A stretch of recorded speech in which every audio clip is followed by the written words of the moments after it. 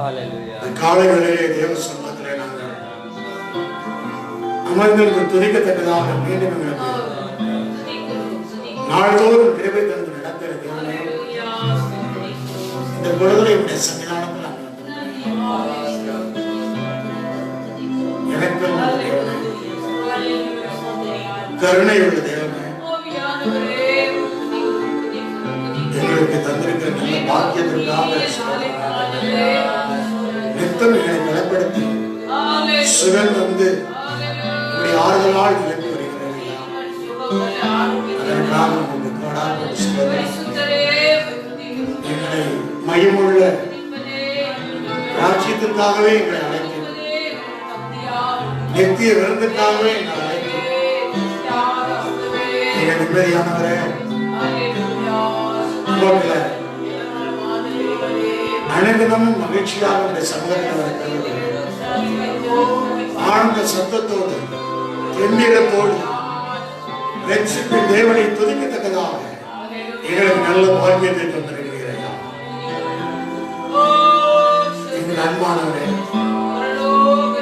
எங்கள் ஜீவநிதியே, எங்கள் ஜீவன் பெருவல்லமே, சிங்காசனத்தை நோக்கி பார்க்க எங்களுக்கு அனைவரும் பாராட்டுமையாக சொன்னார்.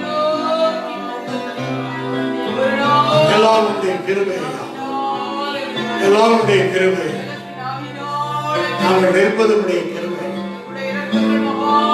ஆண்டவருடைய இரக்கத்திற்காக எங்கள் உண்மையான தேவனே, என் கருணையின் யெகோவா,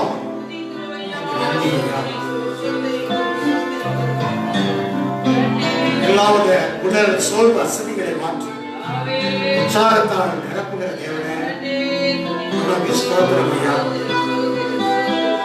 மனுஷர் பார்க்கிற பிரகாரமாக நீ பாருங்க, மனுஷர் பிரகாரமாக நீ பார்க்க மாட்டீங்க. மனுஷர் பார்க்கிற பிரகாரமாக நீ பார்க்கிறது உங்களுடைய விசேஷ பார்வை எங்கள் மேல விடுவதற்காக ஸ்தோத்திரம்.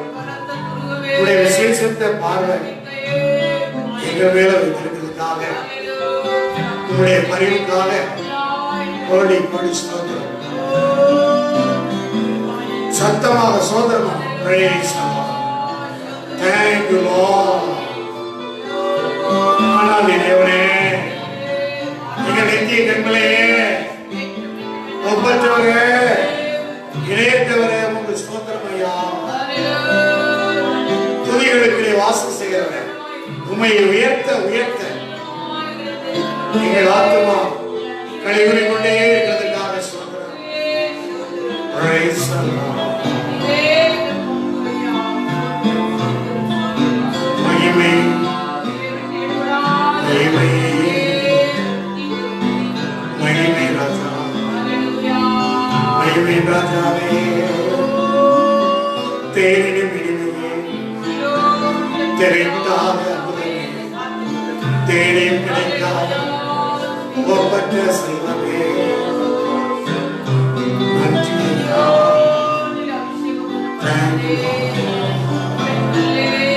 செழிப்போமா அந்த நாளுக்காக துதிக்கிறோம், ஸ்தோத்திரிக்கிறோம் கர்த்தாவே. அன்பின் பரலோக பிதாவே, மீண்டும் ஒரு விசை இந்த புதிய நாளின் காலை வேளையிலே இந்த காணொளி காட்சி மூலமாய் ஒவ்வொரு நாளும் தேவன் தம்முடைய ஜனங்களை நடத்துகிறீர்.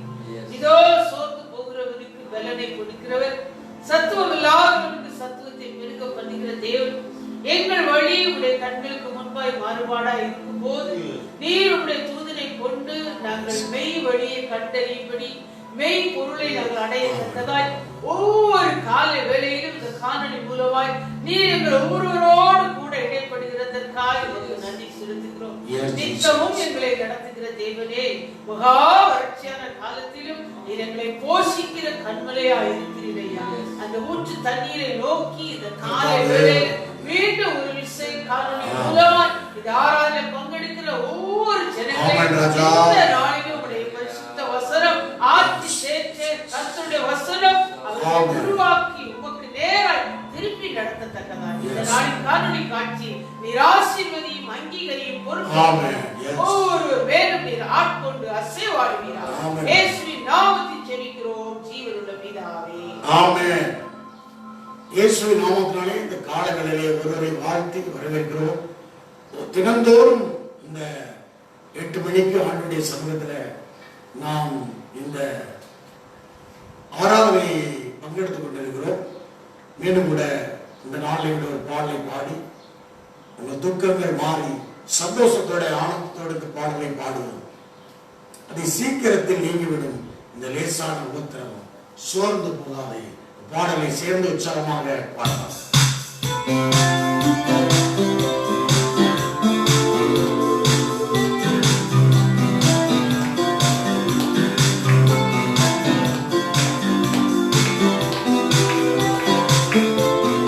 உற்சாகமாக கரகத்தம்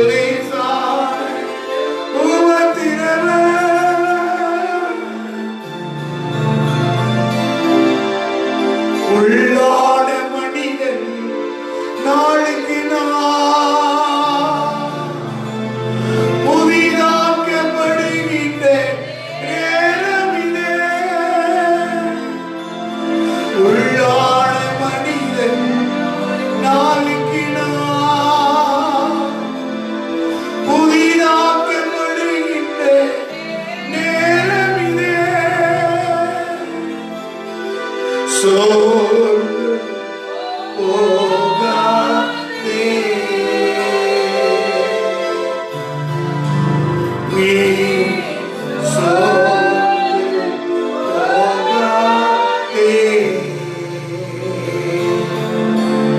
சோர்ந்து போகாதே.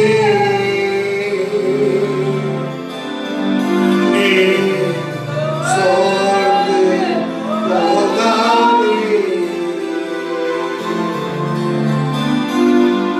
அதி சீக்கிரத்தில் நீங்கிவிடே. இந்த லேசான உபத்திரவ அதி சீக்கிரத்தில் நீங்கிவிடே. இந்த லேசான உபத்திரவ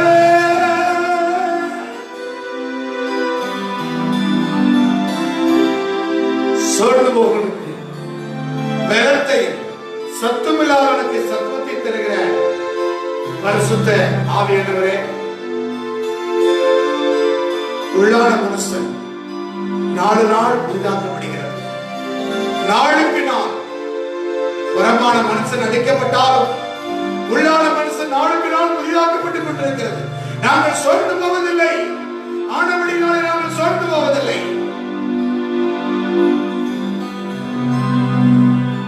நாங்கள் சோர்ந்து போவதில்லையா? உடைய சமூகத்தில் நாங்கள் சோர்ந்து போவதில்லை. உள்ளான மனிதனை நாளுக்கு நாள் புதிதாக்கப்படுகிறது. அதற்காக ஸ்தோத்திரம். பரிசுத்த ஆவியானவர் தொடர்ந்து எங்களை ஆய்வு செய்து நடத்துகிறாங்க. இயேசுவின் நாமத்தில் பிதாவே, ஆமென்.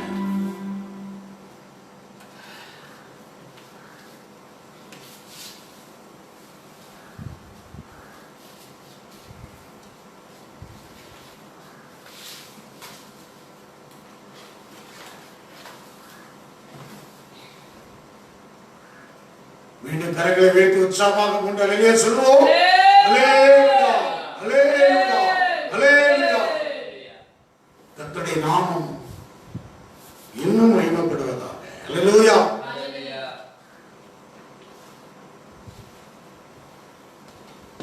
தேவனுடைய வார்த்தைக்கு நேராக மீண்டும் கூட நாம் திரும்புவோம்.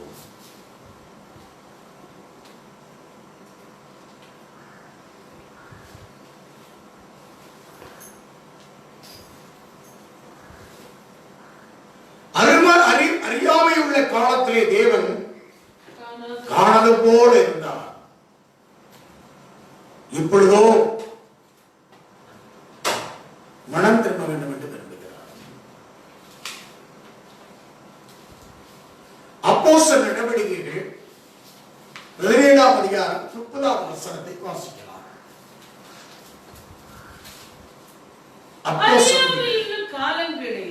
அறியாமை உள்ள காலங்களை தேவன் காணாதவர் போல் இருந்தார். இப்பொழுது மனம் திரும்ப வேண்டும் என்று எங்கும் உள்ள மனுஷர் எல்லோருக்கும் கட்டளையிடுகிறார்.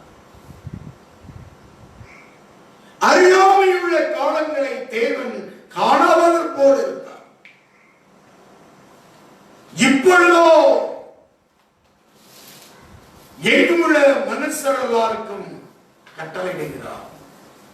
மனம் திரும்ப வேண்டும்.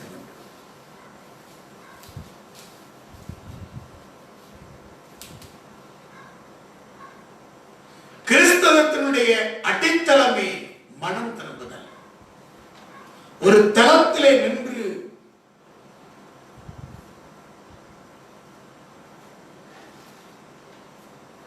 நான் பிரசங்கிக்கிறேன். கிறிஸ்தவம் ஒரு தளத்தில் நிற்கிறது. அல்லேலூயா.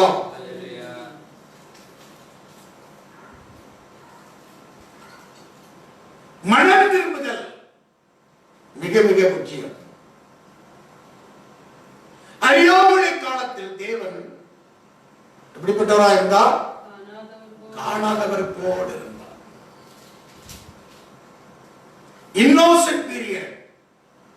அறியாமை காலத்தில் தேவன் காணாதவர் போல் இருந்தார். அறியாமை அறியாமல் உள்ள காலம் நம்முடைய வாழ்க்கையிலையும் ரட்சிப்பின் அனுபவத்துக்கு முன்பாக சில விஷயங்களை அவர் காணாத போல இருந்தார். அல்லேலூயா. ஆனால்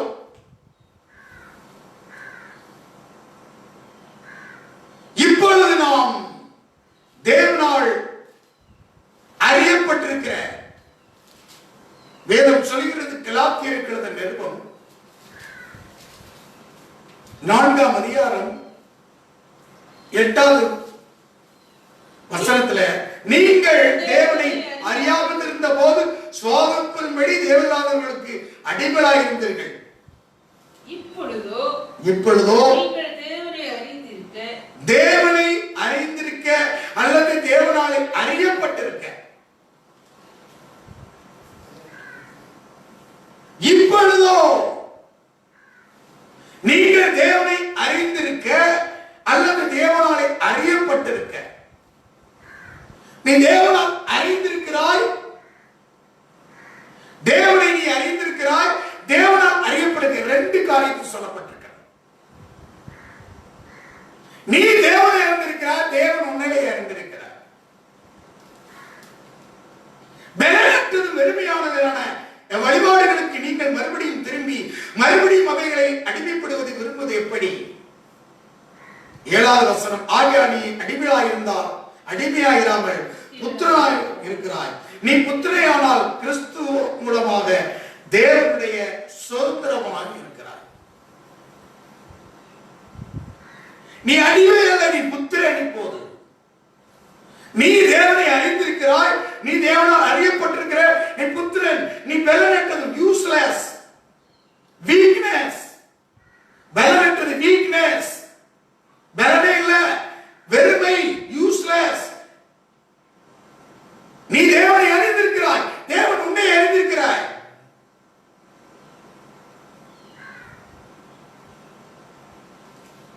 அதனால்தான் அறிந்தவர்களுக்கு அறியாதவர்களுக்கு அடியை விட அறிந்தவர்களுக்கு அடி அதிகம் என்று சொல்லப்பட்டிருக்கிறது லூக்கா சுவிசேஷத்துல. நீ அறிந்திருக்கிறாய், அவர் உன்னை அறிந்திருக்கிறார். லூக்கா 12ஆம் அதிகாரம் 47 சொல்கிறார், தன் எஜமானுடைய சித்தத்தை அறிந்தும் ஆயத்தமாயிராமல் அவருடைய சித்தத்தின்படி செய்யாமல் இருந்த ஊழியக்காரன் அநேக அடிகள் அடிக்கப்படுவான். எஜமானுடைய சித்தத்தை அறிந்தும் ஆயத்தமாயிராமலும் அறியாதவனாயிருந்த அடிகளுக்கு எதுவானவர்கள் செய்தவனோ சில அடிகள் அடிக்கப்படுவான். எவ்விடத்தில் அதிகம் கொடுக்கப்படுதோ அவரிடத்தில் அதிகம் கேட்கப்படும். மனுஷர் எவ்விடத்தில் அதிகம் ஒப்புக்கிறார்களோ அவரிடத்தில் அதிகம் கேட்பார்கள். இந்த நாளிலே கூட நமக்கு அதிகம் கொடுக்கப்பட்டிருக்கிறது. No excuse. இன்னைக்கு உள்ள தலைப்பை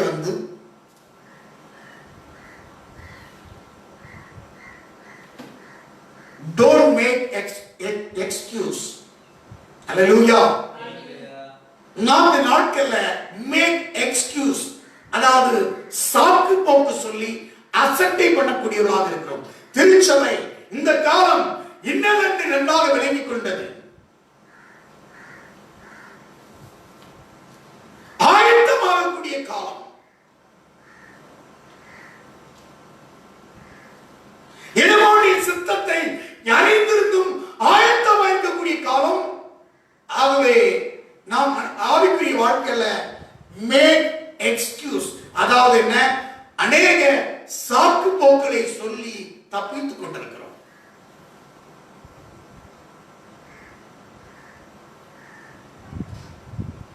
எக்ஸ்கியூஸ் இல்ல இந்த நாட்கள் உனக்கு. ஏனென்றால் சாக்கு போக்கு சொல்றதுக்கு காலங்கள உங்களுக்கு எல்லாத்தின் சித்தத்தையும் தேவன் அறிவித்துக் கொண்டே இருக்கிறார்.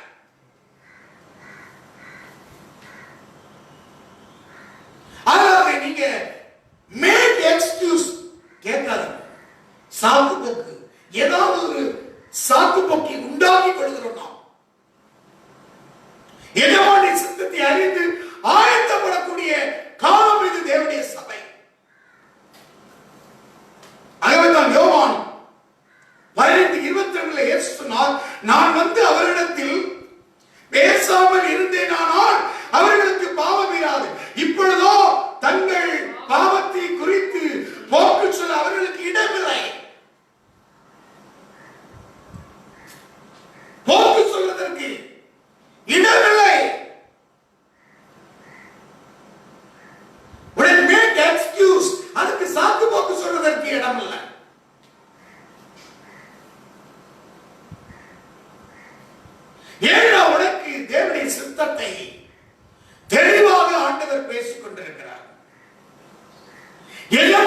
சித்தத்தை அறிந்தும் ஆயத்தமில்லாதிருக்கிறாய்.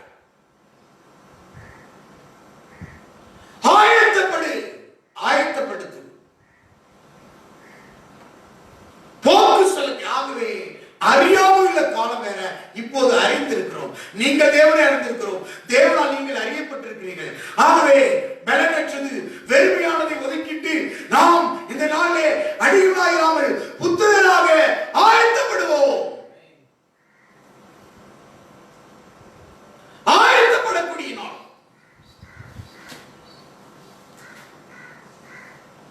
Don't make excuse. அதாவது நீ ஏதாவது ஒண்ண சாக்கு போக்கு கொண்டு சமாளித்துக் கொண்டிருக்கிறோம். காலங்களை கொண்டு சாக்கு போக்கு,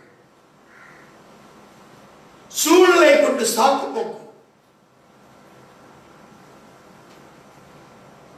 சாக்கு போக்கு சொல்லக்கூடிய காலம் அல்ல. ஆண்டவருடைய நாமத்துக்கு பயமுண்டாகட்டும். சாக்கு போக்கு, ஏசா சாக்கு போக்கு தான் சொன்னான். ஏசா என்ன சொன்னான்? அவனுக்கு எல்லாம் அறிந்துட்டான். சாக்கு போக்கு சொல்லி சில பேர் கண்ணீர் வடிக்கிறது அது தகுதியே இல்லை. சாக்கு போக்கு சொல்றவர்கள் அநேகர் பார்த்தா நாட்கள்ல கண்ணீர் வடிப்பாங்க.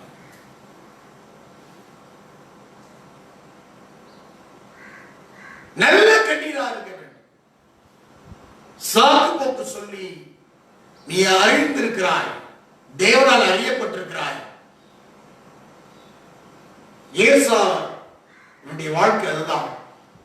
எபிரேயர் 12ஆம் அதிகாரம் 17ஆம் வசனம், ஏனென்றால் பிற்பாடு அவன் ஆசீர்வாதத்தை சொந்தித்துக் கொள்ள விரும்பியும் ஆகான் தள்ளப்பட்டதை அறிவீர்கள்.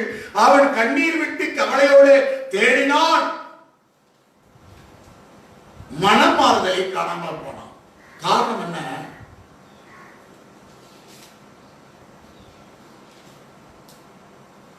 அவரே ஒரு மேக் எக்ஸ்கியூஸ், ஒரு சாக்கு போக்கை உண்டாக்கி கொண்டான். தகப்பன் அவனுக்கு எல்லாத்தையும் சொல்லிட்டார். தேவனுடைய திட்டத்தையும் தீர்மானத்தையும் தெளிவாக சொல்லிட்டார்.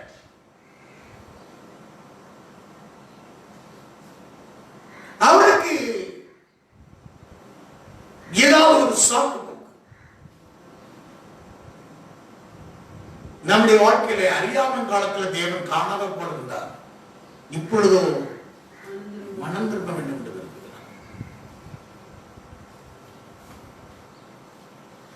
அநேக விஷயங்கள்ல நாம் தேவனுடைய சத்தியத்தை நாம் அறிந்திருக்கிறோம், தேவனால் அறியப்பட்டிருக்கிறோம். ஆனால் சாக்கு போக்கான வாழ்க்கையில ஓடிக்கொண்டிருக்கிறோம். இயேசு ஓமையை சொன்னார். லூக்கா சுவிசேஷத்துல 14ஆம் அதிகாரத்தில் நீங்கள் வாசிக்க முடியும்.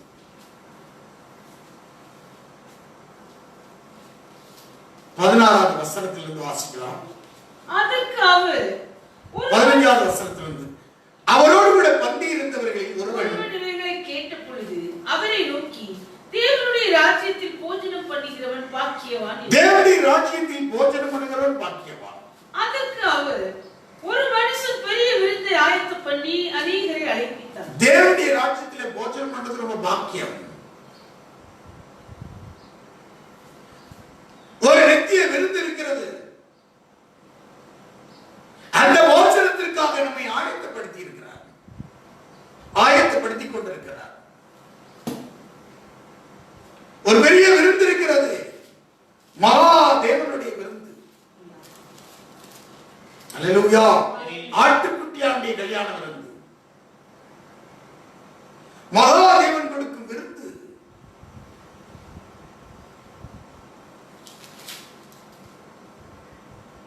அந்த விருந்துக்கு அதுக்குத்தான் திருச்சபை ஆயத்தப்பட்டுக் கொண்டிருக்கிறது.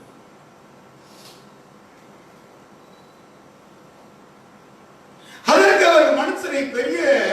ஒரு மனுஷன் பெரிய விருந்து ஆயத்தம் பண்ணி அநேகர் அழைப்பித்தார். விருந்து வேளையில்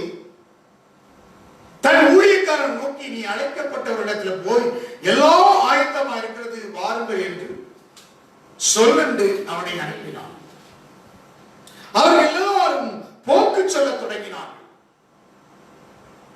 ஒருவர் ஒரு வயலை கொண்டேன், நான் அகத்தியமாய் போய் அதை பார்க்க வேண்டும், என்னை மன்னிக்கும்படி வேண்டிக் கொள்கிறேன். ஆங்கிலத்தில் மேக் எக்ஸ்கியூஸ் சொல்லப்பட்டிருக்கிறது. சாக்கு போக்கு. அதாவது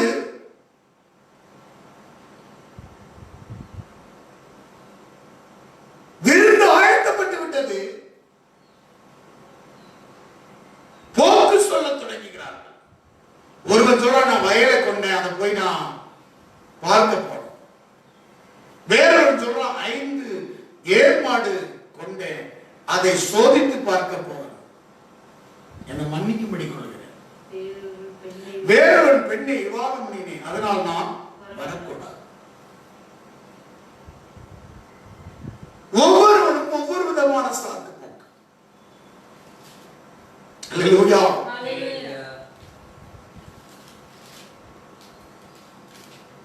ஒருவன் நிலத்தை பார்க்க போகிறேன், வயலை பார்க்க. ஒரு வருஷம் 5 ஏற்பாடு நான் போய் சோதிச்சு பார்க்கணும், புதுசா வாங்கியிருக்கிறேன். வேறொரு பெண்ணை விவாகம் பண்ணியிருக்கிறேன்.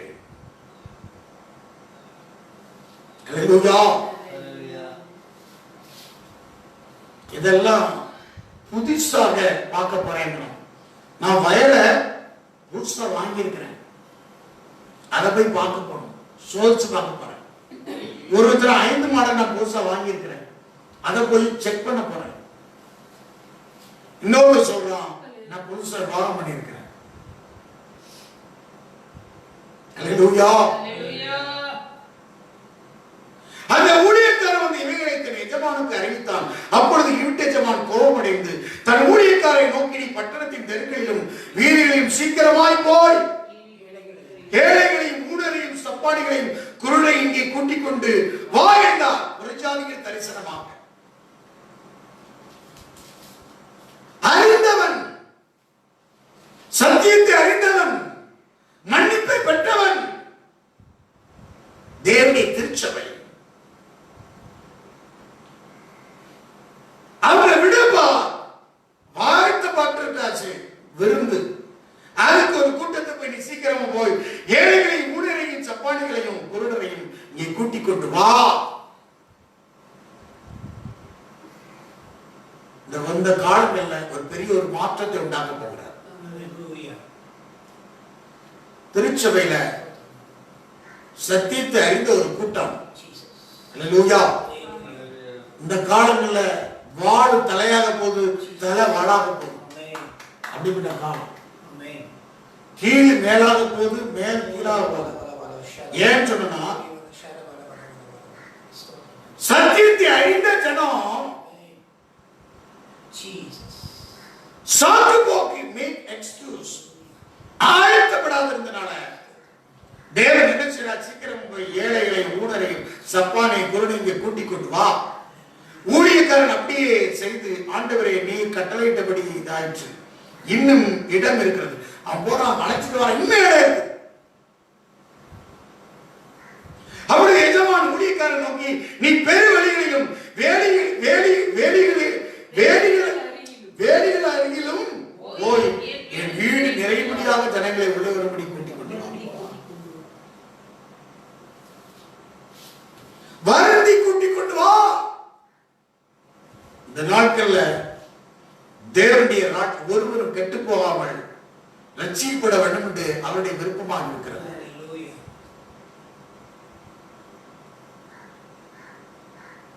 முதலாவது யூதர்களுக்கு வாக்கியம் கொடுக்கப்பட்டது. எப்படி பொருளாதார தரிசனமாக மாறினதா இதான்.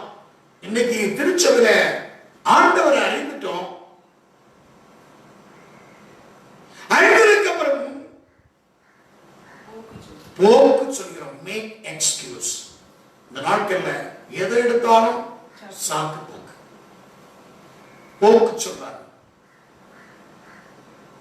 அசட்டை பண்ணுகிறது, வேதத்தை அசட்டை பண்ணுகிறார்கள், ஊழியக்காரனுடைய வார்த்தையை அசட்டை பண்ணுகிறார்கள், தேவ சபையை அசட்டை பண்ணுகிறார்கள். அசட்டை பண்ணிட்டு ஒரு ஏதாவது வாங்கினத போய் புதுசா நிலத்தை வாங்கியிருக்கிறேன், புதுசா ஏற்பாடு வாங்கியிருக்கிறேன், புதுசா நான் திருமணம் பண்ணியிருக்கிறேன், புதுசா ஏதாவது பார்க்கலாம். அல்லேலூயா. உனக்கு ஒரு பெரிய ஒரு புதிதாக தேவன் உனக்கு ஒரு புதிய உலகத்தை தரப்போகிறார்.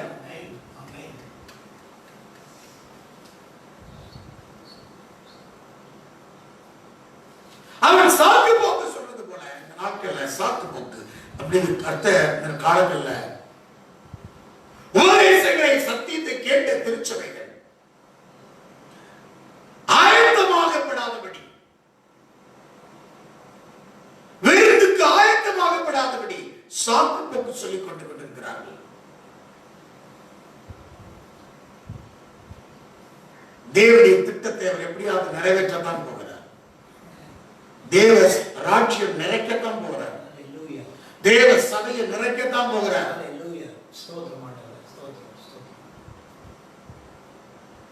ஏதாவது ஒரு சாக்கு போக்கு. இந்த காலம் சாக்கு போக்கு சொல்லக்கூடிய காலம்ல டோன்ட் மேக் எக்ஸ்கியூஸ். அதாவது ஏதாவது ஒரு போக்கு சொல்லிக் கொண்டிருக்கிறார்கள். எல்லாருக்கும் போக்கு சொல்ல முடியுங்க, ஆனால் உங்களுக்கு சாக்கு போக்கு சொல்லக்கூடிய சான்ஸே தரல. உங்களுக்கு ஒவ்வொரு நாளும் வேதத்தை, எஜமானுடைய சித்தத்தை இந்த நாட்கள்ல அறிவித்துக் கொண்டே இருக்கிறோம். பேசாதிருந்தால் உனக்கு வேற கதை. இப்பொழுதோ உனக்கு போக்கு சொல்லும் இடம்ல பரிசுத்தாவியர் பேசிக்கொண்டே இருக்கிறார். அறிவிக்கப்படாவிட்டால் பரவாயில்ல, நீ அறிந்திருக்கிறாய், தேவன் உன்னை அறிந்திருக்கிறாய். அறிந்திருந்தும் நீ எக்ஸ்கியூஸ்.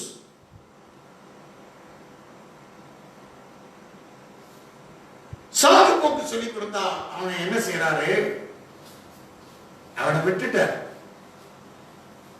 அழைக்கப்பட்டிருந்த மனுஷர் ஒருவனும் என் விருந்தை ருசி பார்ப்பதில்லை. 24 வாசிங்க.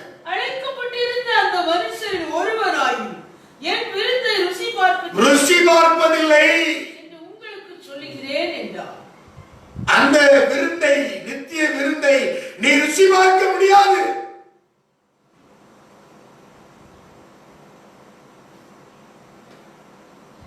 வேற எதையோ ருசி பார்க்க போறான் புதுசா. உனக்கு ஒரு நித்திய விருந்து இருக்கிறது, அதை ருசி பார்க்காம புதுசா நடத்தவாங்க, புதிதா மாட்டவாங்க, புதுசா ஏதாவது ஒரு இன்ட்ரெஸ்ட்ல ருசி பார்க்க போற. புதிதாக மனைவியை கொண்டே இது சாக்கு போக்கு சொல்லக்கூடிய காலம் அல்ல.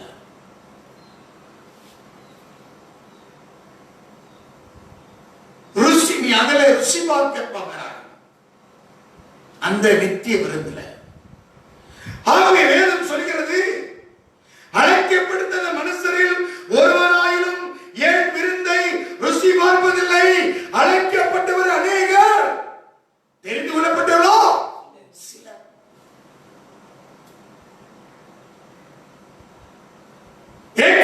எக்ஸ்கியூஸ் பண்ணி கேட்டுக்கொண்டே இருக்காங்க. தனக்குத்தானே மேக் எக்ஸ்கியூஸ் பண்ணிக்கொண்டே உருவாக்கி கொடுக்கிறார்கள். அப்படிப்பட்டவர்கள் ருசி பார்ப்பதில்லை. மத்தேயு சுவிசேஷத்துல இயேசு அங்கே வாசிக்கிறோம்.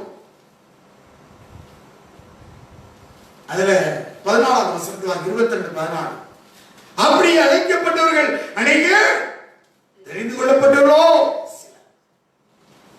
அழைக்கப்பட்டவர் அநேகர், தெரிந்து கொள்ளப்பட்டவர்களோ சிலர் என்றார். 22-14 வாசிக்கலாம். அந்தபடியே அழைக்கப்பட்டவர்கள் அநேகர், தெரிந்து கொள்ளப்பட்டவர்களோ சிலர்.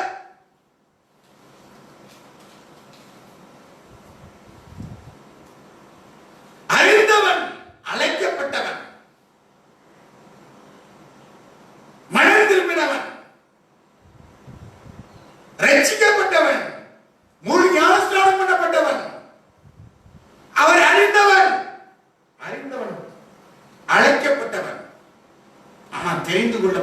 இருக்கிறவர்கள் சிலர். இப்ப என்னன்னா, எல்லாரையும் கூப்பிட்டு வரான். சந்திகளிலையும் ஊனரையும் முடவரையும் எல்லாரும் கூட்டிட்டு வராங்க. அல்லேலூயா. அழைக்கப்பட்டு வரலன்னு ஒண்ணு. இப்போ ஒரு ரெண்டு விதமான வித்தியாசமான ஊழியம். சபைக்கு வந்தா போதும். எப்படிப்பட்டது? வந்தா போதும். எல்லாரும் வாங்க. ஊனமுற்றவர், தரித்திர எல்லாம் வா. வந்தா போதும். சபையை நிரப்பணும். இப்போ உள்ள உபதேசம் என்ன? இன்னொரு அடுத்தது என்ன? சபையை நிரப்பணும். ஆனா வந்து பாக்குறாரு, ராஜா வந்து பாக்குறாரு, ஒரு இடத்துல கல்யாண வஸ்திரம் இல்லை. மத்திய 22ஆம் அதிகாரம் 10வது வசனத்தை வாசிக்கலாம். அந்த ஊழியக்காரர் புறப்பட்டு வழியிலே போய் தாங்கள் கண்ட நல்லார் பொல்லார் யாவரையும் கூட்டிக் கொண்டு வந்தார்கள். கல்யாண சாலை விருந்தாளிகளால் நிறைந்தது. நிறைஞ்சிருக்கணும் சபை. எப்படியோ உலகத்தை நிரப்பணும் சபைக்கு. நிரப்பணும். இப்ப அப்படிப்பட்ட ஊழியங்கள் இருக்கு. நிரப்பணும், அவ்வளவுதான். இப்போ இயேசு சொன்னார் நிரப்பணும். ஆனால் நிரப்பணும். சபையை நிரப்பணும், பையை நிரப்பணும். ஆனா விருந்தாளிகளை பார்க்கும்படி ராஜா பிரவேசித்த போது கல்யாண வஸ்திரம் தரித்திராத ஒரு மனுஷனை அங்கே கண்டு, சிநேகிதனே, நீ கல்யாண வஸ்திரம் இல்லாதவனாய் நீ எங்கே எப்படி வந்தாய் என்று கேட்டான். அதற்கு அவன் பேசாமல் இருந்தான். கூட்டம் கூடுது என்று சொல்லி கல்யாண வஸ்திரம் தரிக்காம இருக்கக்கூடாது.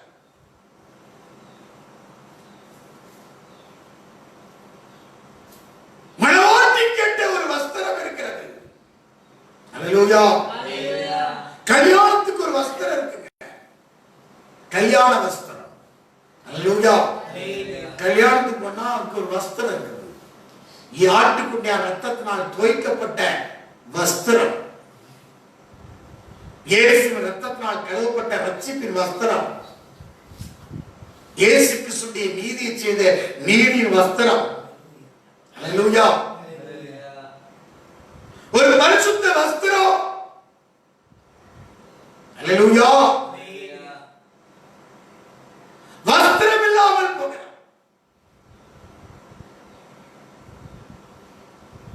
பரிசுத்தத்தோடு நீதியோடும் தாவீதின் வம்சத்திலே ரட்சணியக்கும்பாக ஊழியம் வந்தவர் இயேசு.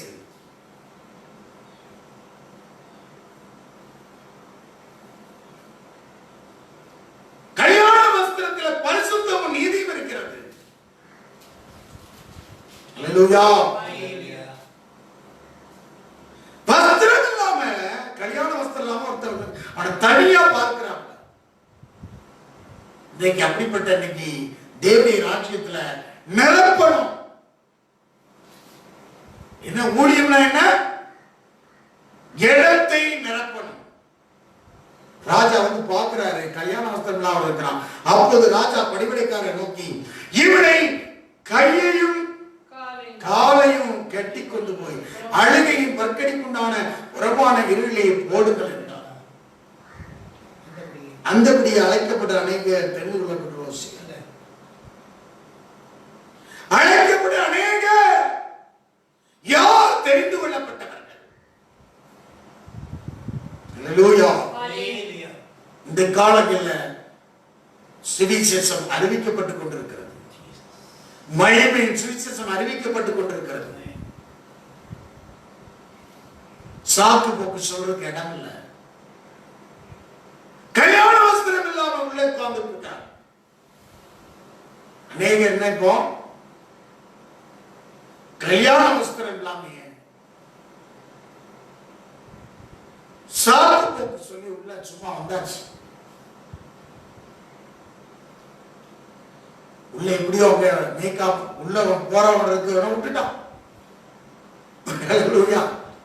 சரி கண்டுக்கிறாம போய் விட்டுட்டான்.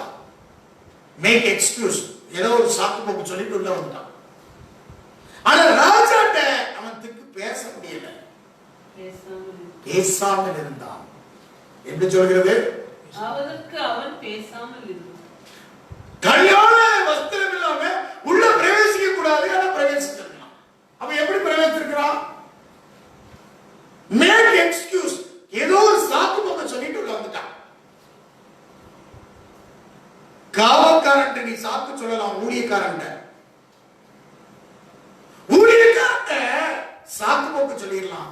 ஆனால் ராஜாதி ராஜாட்ட சாக்கு போக்கு சொல்ல முடியாது. நீ சாக்கு போக்கு சொல்ல முடியாது. 19:16 சொல்கிறார், ராஜாதி ராஜா கர்த்தாதி கர்த்தா என்னும் நாமம் அவருடைய வஸ்திரத்தின் மேல் அவருடைய தொடையின் மேல் எழுதப்பட்டிருக்கிறது. ராஜாதி ராஜா கர்த்தாதி கர்த்தர் என்னும் நாமம் அவருடைய வஸ்திரத்தின் மேலும் அவருடைய தொடையின் மேலும் எழுதப்பட்டிருக்கிறது. அல்லேலூயா. பின்பு ஒரு தூதன் சூரியனில் நிற்க கண்டேன். அவன் வானத்தின் மத்தியில் பறக்கிற சகல பறவைகளையும் பார்த்து 19:18 நீங்கள் ராஜாக்களின் மாம்சத்தையும் சேனைத்தலைவரின் மாம்சத்தையும் பலவான்களின் மாம்சத்தையும் குதிரைகளின் மாம்சத்தையும் அவைகளின் மேல் ஏறி இருக்கிற மாம்சத்தையும் சுயாதீன அடிமைகள் சிறியோர் பெரியோர் வீரர்கள் எல்லாருடைய மாம்சத்தையும் பட்சிக்கும்படிக்கு மகாதேவன் வெளிப்படுத்தின விசேஷம் 19 மகாதேவன் கொடுக்கும் விருந்துக்கும் கூடிவார்கள் என்று மிகுந்த சத்தத்தோடு கூப்பிட்டார். அல்லேலூயா. கவனிக்க வேண்டும்.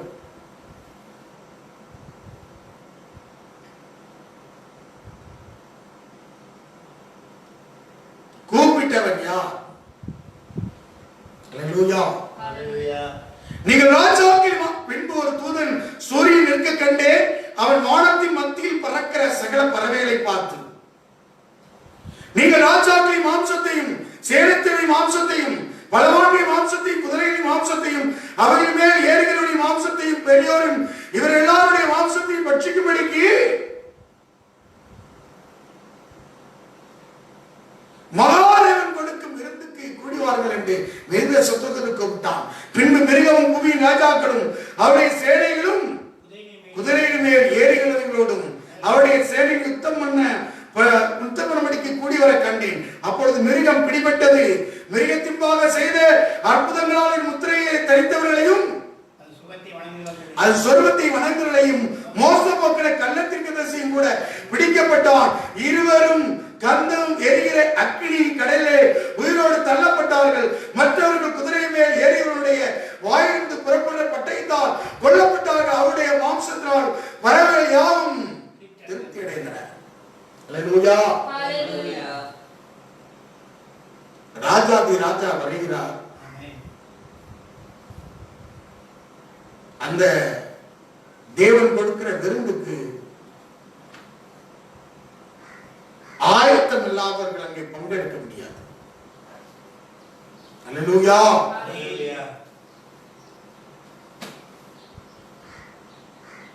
கையாள வஸ்திரம் இல்லாதவர்கள், ஆட்டுக்குட்டி ரத்தத்தினால் தோற்கப்படாதவர்கள் பங்கெடுக்க முடியாது.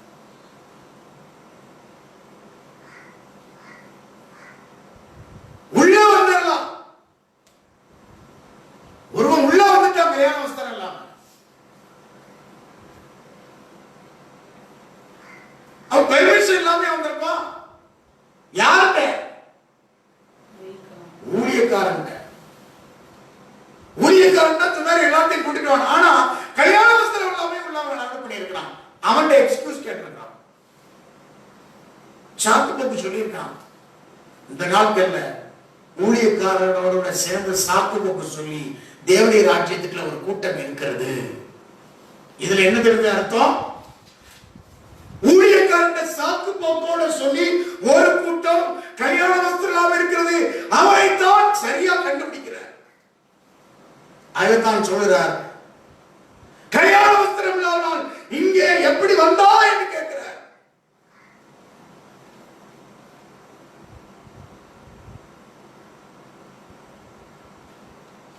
ஒரு கூட்டம் சாக்கு போக்கு சொல்லி ருசி பார்க்க முடியாது போகிறது. ஒரு கூட்டம் ருசி பார்க்க வந்து கல்யாண வஸ்திரம் இல்லாம இருக்கிறது. அவளைதான் அழுகையின் பற்கடிக்குள்ள உண்டாக்குற இடத்திலே போடுகின்றார். அழைக்கப்பட்ட அநேகர் தெரிந்து கொள்ளப்பட்டவர்களோ அந்த நாட்கள்ல கல்யாண வஸ்திரம் இல்லாமல் ஒரு கூட்டம் கூடிக்கொண்டே இருக்கிறது. கல்யாண வஸ்திரம் தேவை.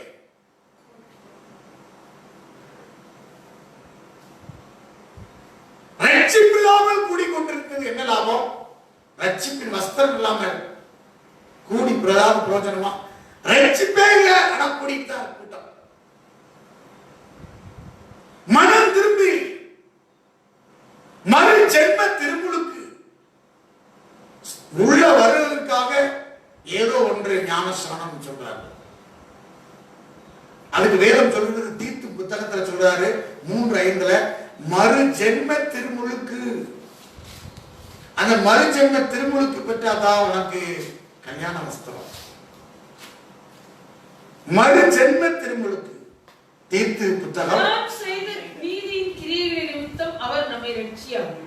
நாம் செய்த நீதியின் கிரியைகளின் நிமித்தம் அவர் நம்மை ரட்சியாமல். ரட்சிப்பு ஏதோ ஒரு நீதி கிரியையினால் செய்த ரட்சிப்பு அல்ல. பாவ மன்னிப்பு சீட்டு அன்றைக்கு கொடுக்கப்பட்டது. ஆதி அப்போஸ்தலர் உபதேசத்திலிருந்து எப்ப பிரிவினை வந்தது? பாவ மன்னிப்பு சீட்டு. 1 லட்சம் ரூபாய் கொடுத்தா இந்த அவனுக்கு பாவத்தை மன்னிக்கப்படுகிறது. ஏதாவது நீதி, ஏழை எளிக்கு செல்றியா, ஒரு கட்டணம் கட்டி தரியா, இந்த 1 கோடி ரூபாய் உன் பாவம் மன்னிக்கப்பட்டு. அதைத்தான் எதிர்த்தார் மார்ட்டின் லூத்தர். அல்லேலூயா. ஆதி திருச்சபையில இதுதான் பிரச்சனை. நீதியின் கிரியை நிமித்தமாக ரட்சிப்பு உண்டு என்றால்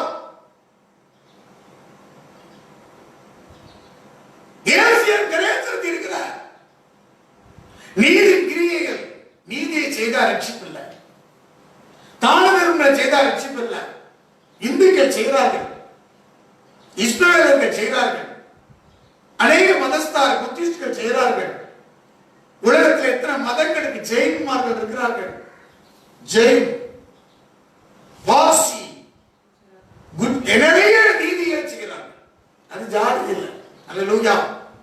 மதம் ஜெயினிசம், புத்திசம், இந்துசம், முஸ்லிம்சம் இங்கே கவனிக்க வேண்டும். அநேக மதங்கள் இருக்கிறது. அதெல்லாம் கிரியாச்சாராங்க. ஆனா வேதம் சொல்கிறது நான் துன்மார்க்கனையும் சன்மார்க்கனையும் சங்காரம் பண்ண வாரேங்கிற. யாரெல்லாம் துன்மார்க்கன் சன்மார்க்கன் ஒருவேளை அநேக நீதியை செய்கிறார்கள். ஆனா நீதிபதி ஆக முடியாது. இயேசுவின் ரத்தத்தினால் கழுவப்பட்டு மனம் திரும்புவது அனுபவம் வேண்டும். அதுதான் நாம் நீதியின் கிரியை நிமித்தம் அவர் நம்மை ரட்சிக்காமல் தமது இரக்கத்தின்படியும் மறு ஜென்ம திருமுழுக்கினாலும். மறு ஜென்மம், மறுபடி பிறக்கணும். தாய் வைத்திருந்து நீ பிறந்தாய், மறுபிறப்பு. இந்த மறுபிறப்பை அடையாமல் அநேக சபையில உள்ள பிரவேசித்தாங்க கல்யாண வஸ்திரம் இல்லாம. மறு ஜென்ம திருமுழுக்கு பரிசுத்த ஆவியை புதிதாக்கினாலும் நம்ம ரட்சித்தார். பரிசுத்த ஆவியினர் கொண்டு புதிதாக்கினார். மறுபடி பிறந்து பரிசுத்த ஆவியினால் புதிதாக்கக்கூடிய அனுபவம். பரிசுத்த ரத்தத்தினால் நமக்கு பரிசுத்தம், சத்தியத்தினால பரிசுத்தம், பரிசுத்த ஆவியினால பரிசுத்தம் உண்டாகிறது. இந்த அனுபவத்திலே வராமல் சபைக்கிலே ஒரு கூட்டம் தேவ ராஜ்யத்தின் பேர்ல கல்யாண வஸ்திரம் இல்லாமல் இருக்கிறது. நீதியின் கிரியை நிமித்தம் நம்மை ரட்சிக்கவில்லை.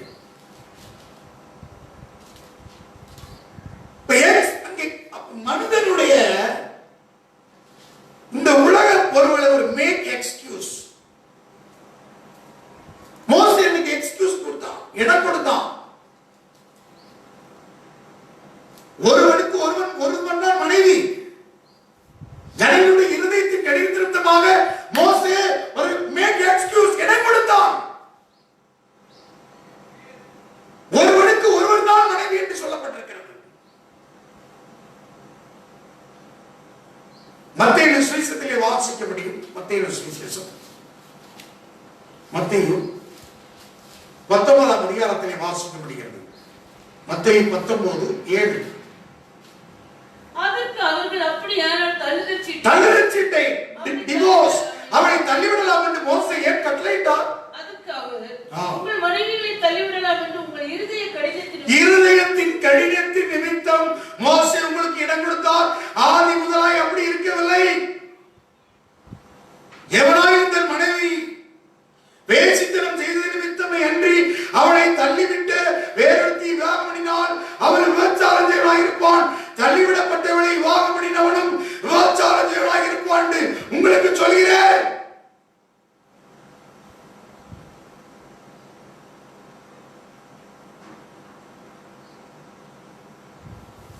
மேக் எக்ஸ்கியூஸ் எப்போ உண்டாகிறது?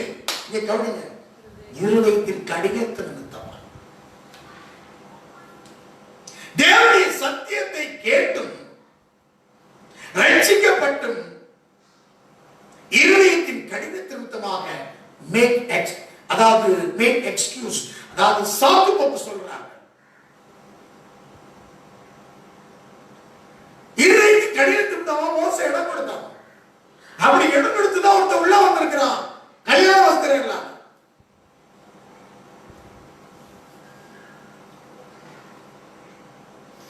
இருதயத்தின் கடினத்தின் நிமித்தமாக இடம் கொடுக்கப்படுகிறது.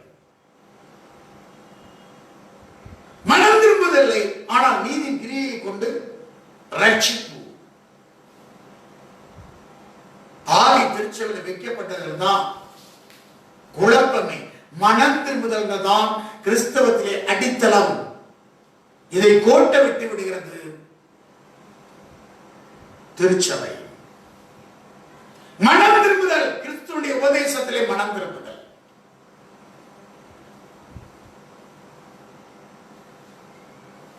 முடிந்ததல்ல. அநேக உபதேசங்களை கேட்டு நாம் குணப்பட வேண்டும். ஒன்று யோவான் 1ஆம் அதிகாரத்திலே நாம் வாசிக்க முடிகிறது. கடைசி வசனத்துல நாம் பாவம் செய்யவில்லை என்போமானால் நாம் அவரை பொய்யராக்கிறவராய் இருப்போம், அவருடைய வார்த்தை நமக்குள் இராது. நாம் பாவம் செய்யவில்லை, பரிசுத்தர்.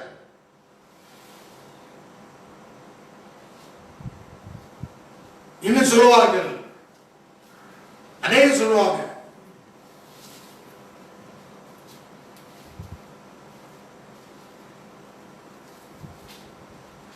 அதாவது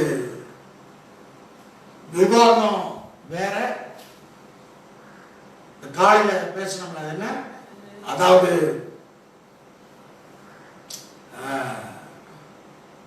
இதெல்லாம் வந்து உங்களுக்கு தான், இது எங்களுக்கு இல்லை. ஆமா,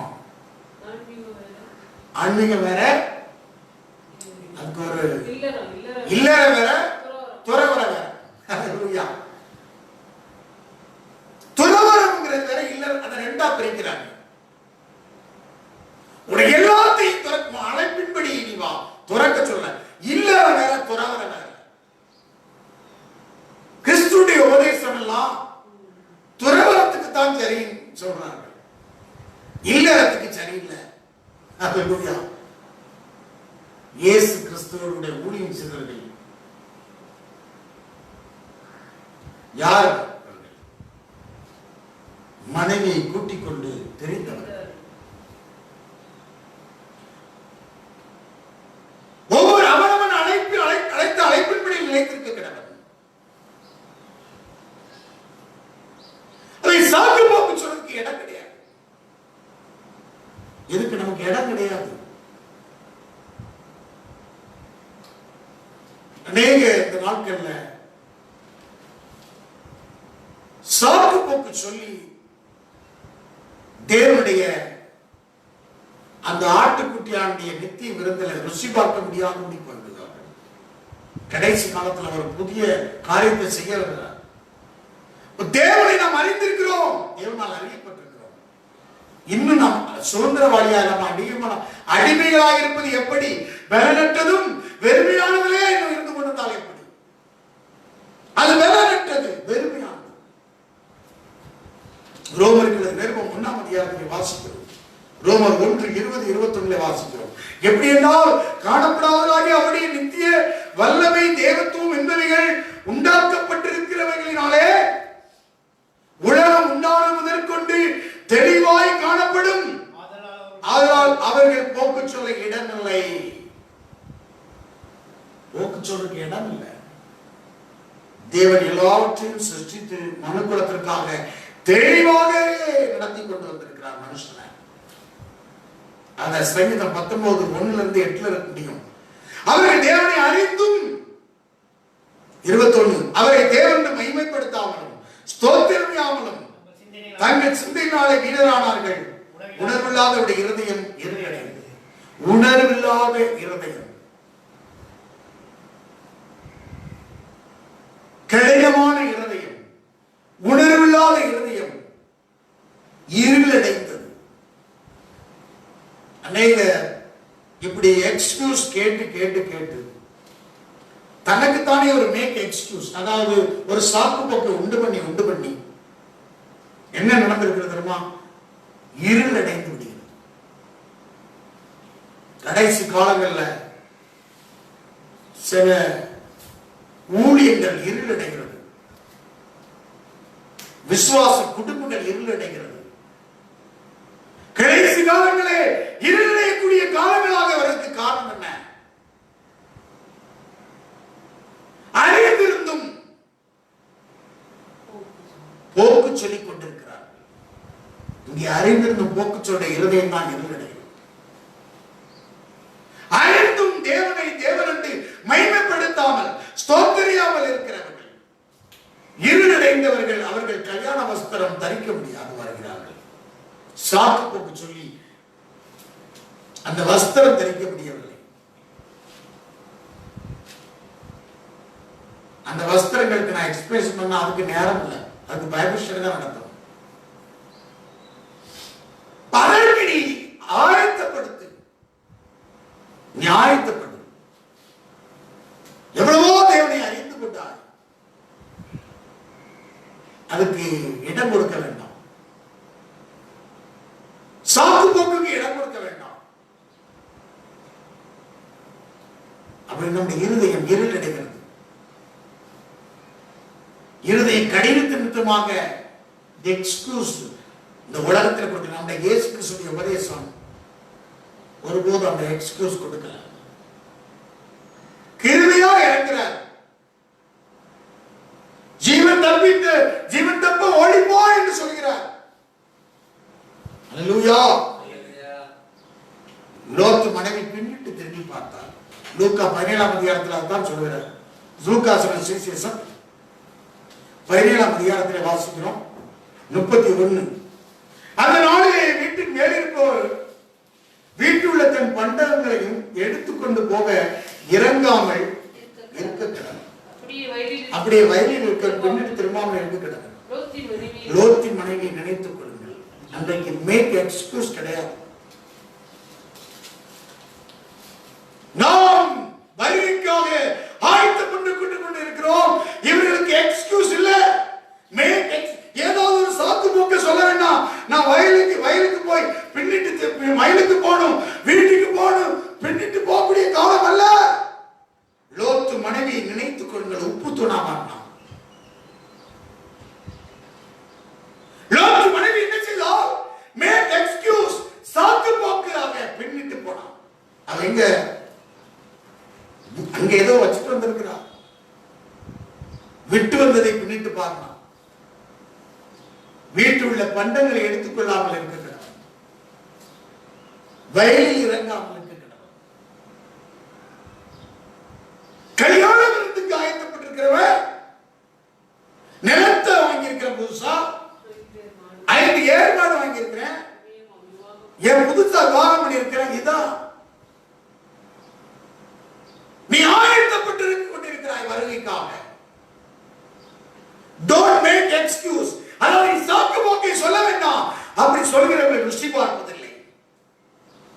லோத்து மனைவி அப்படித்தான் பெண்ணிட்டு பார்த்து விட்டார்.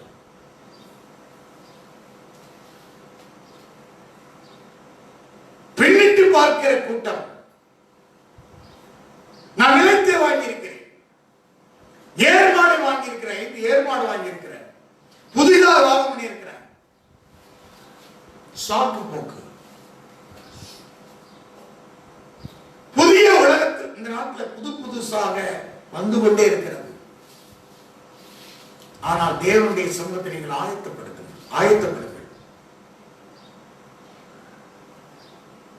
அறியாமை காலத்தில் தேவன் காணாத போல இருந்தார். இப்பொழுதோ மனம் திரும்ப வேண்டும் என்று விரும்புகிறார். லோத்து மனைவி ஒரு சாக்கு போக்கு சொன்னவர்.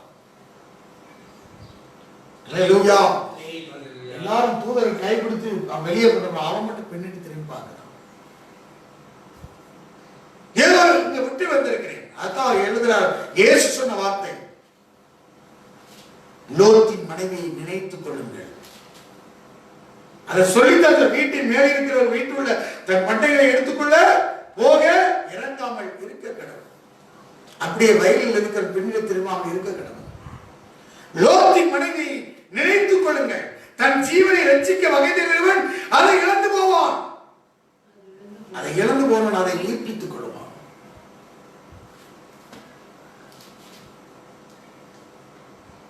வெளிப்படுத்தின விசேஷம் 22:20 வாசிக்கிறோம். இவர்களை சாட்சியாக அறிவிக்கிறவர் மெய்யாகவே நான் சீக்கிரமாக வருகிறேன் என்கிறார். ஆமென். கர்த்தாவே, கர்த்தராகிய இயேசுவே வாரும்.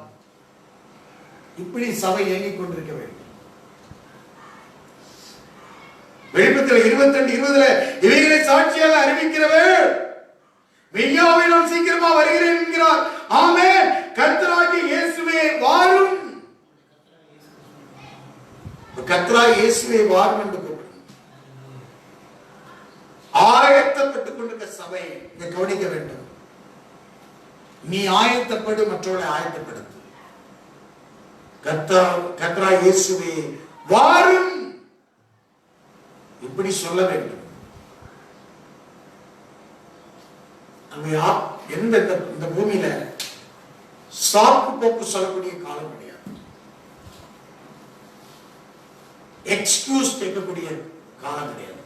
ஏன் சொன்னா எல்லாம் உங்களுக்கு அறிந்தாச்சு. தேவனை அறிந்தும் தேவன் அன்றும் தேவனை மகிமைப்படுத்தாமல் ஸ்தோத்திரியாமல் இருந்தபடினால் இருதயம் இருளடைகிறது. அநேக இந்த காலங்கள்ல, இப்படிப்பட்ட காலங்கள்ல தேவனை அறிந்தவர்கள் இருளடைந்து விடக்கூடாது. அவருடைய ஜீவியம் இருளடையக்கூடாது.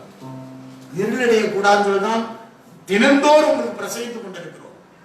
தேவனுடைய சித்தம் என்னங்கிறதை பிரசங்கித்துக் கொண்டிருக்கிறோம். இருளடைந்து விடக்கூடாது என்பதற்காக ஒரு சில தேவனுடைய சமூகத்தை நோக்கி நாம் பார்த்தோம். Thank you Jesus. ஆண்டவருடைய சமூகத்தை நோக்கி நாம் பார்த்தோம். Praise the Lord. Thank you, Jesus. Praise the Lord.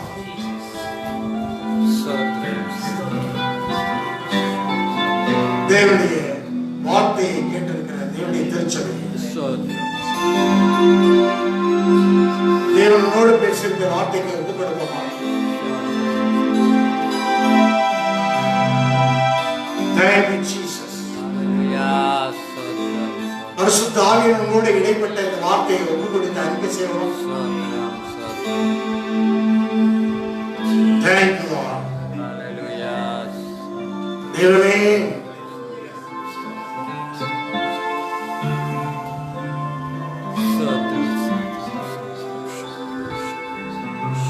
தேவனை அறியாத இந்த காலம் ஒன்று நேரம். இப்போது நாம் உங்களை அறிந்து கொண்டோம். தேவனால் அறியப்பட்டிருக்கிறோம். அறியாமை காலத்தில் தேவன் காணாத போல இருந்தது. இப்பொழுதோ மனம் திரும்ப வேண்டும் என்று நீ விரும்புகிறீர்கள். எவ்வளவு விஷயங்களை உங்களுக்கு நான் அறியாத இருந்தேன். இப்போது நான் அறிந்து கொள்கிறேன். உங்களுடைய பரிசுத்தம் என்ன? உங்களுடைய நீதி என்ன? என்னுடைய நீதியின் கிரியை நிமித்தமாக நான் பரிசுத்தப்பட முடியாது. ஜீவியத்துல ஆண்டவரே, சமூகத்துல நாங்கள் எந்த விதமான சாக்கு போக்கு சொல்லி நாங்கள் தப்பித்துக் கொள்ள முடியாது. கர்த்தருடைய சமூகத்தை நாளில் நாங்கள் அர்ப்பணிக்கிறோம். ஆண்டவரே, ஆண்டவருடைய சமூகத்தில் ஒப்பு கொடுப்போமா? எங்களோட பேசிக் கொண்டிருக்கிற பரிசுத்த ஆவியானவர், எங்களோட இடைவிடுகிற பரிசுத்த ஆவியானவர், இந்த நாள்ல எங்களோட பேசுகிறீங்க.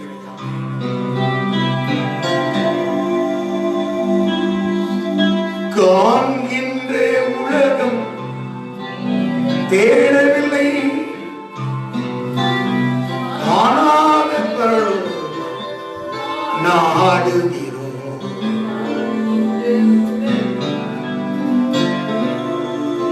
சோர்ந்து போகாதே, நீ சோர்ந்து போகாதே, சோர்ந்து போகாதே, நீ சோர்ந்து போகாதே, அதி சீக்கிரத்தில் நீங்கிவிடு.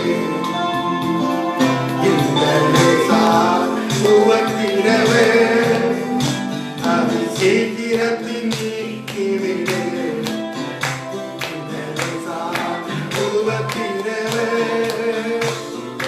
சோர்ந்து போகாதே, நீ சோர்ந்து போகாதே,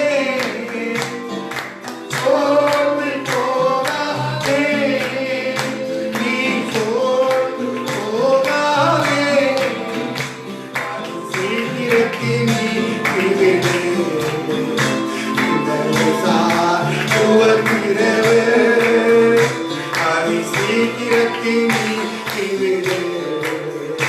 இந்த உவத்திரவே, ஈடு இணையில்லா மகிமை இதனால் நமக்கு வந்திடுமே. ஈடு இணையில்லா மகிமை இதனால் நமக்கு வந்திடுமே. சோர்ந்து போகாதே, நீ சோர்ந்து போகாதே, சோர்ந்து போகாதே, நீ சோர்ந்து போகாதே, அது சீக்கிரத்தில் நீங்கிவிடு.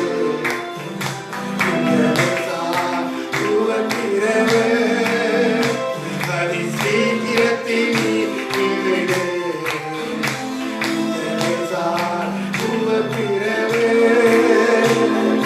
மணிமின்றே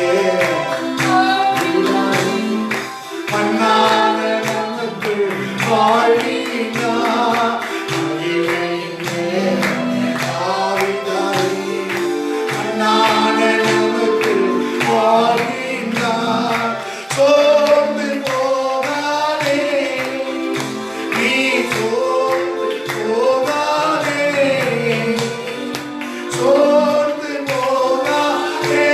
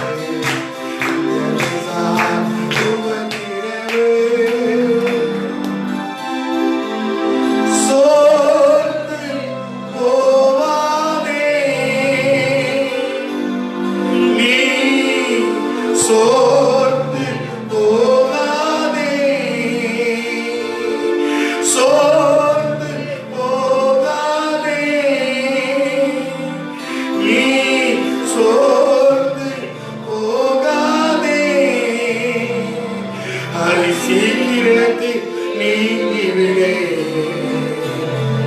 இதனை சார்ந்த உபத்திரவே.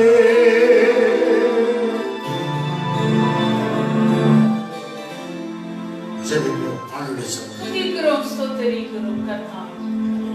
மீண்டும் ஒரு விஷயம் இந்த காலை